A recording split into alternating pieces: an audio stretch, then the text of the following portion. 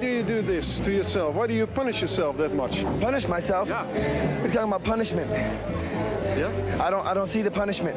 Well, the enormous volume of music, the enormous amount of energy that you take and that you give. That's not punishment, that's pleasure.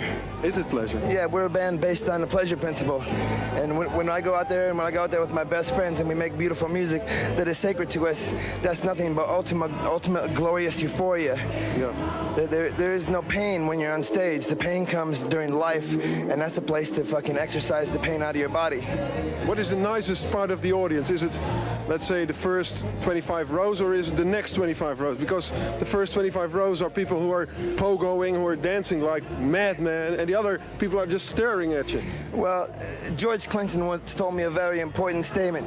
He said, whenever you play a show, no matter how big it is or how small it is, it's important to sing your song to the last person in the row, you know, because then it's going to bounce off everybody's head until it gets to the last guy in the back row. Because everybody's there to get moved, and whether or not they're familiar with your music or not, the important thing is to relate to everybody. Yeah. And if they never heard you, and if they don't know who you are, and they're not dancing and they're just staring like this, then you're going to have to change their life by getting through to them with music. Yeah, you just said, George Clinton said, is he one of your main men in music? Yeah, I think he's one of the greatest musicians of this entire century. Why is he? Why? Yeah, why? Because he sucks.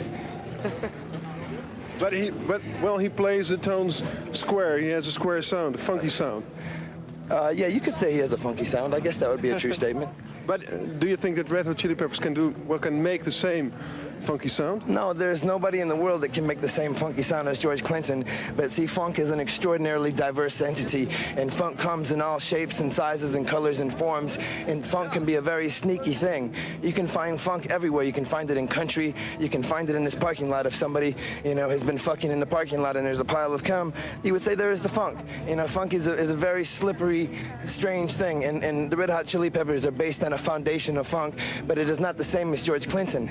Right. Nobody is the same as George Clinton, and nobody are the same as the Red Hot Chili Peppers.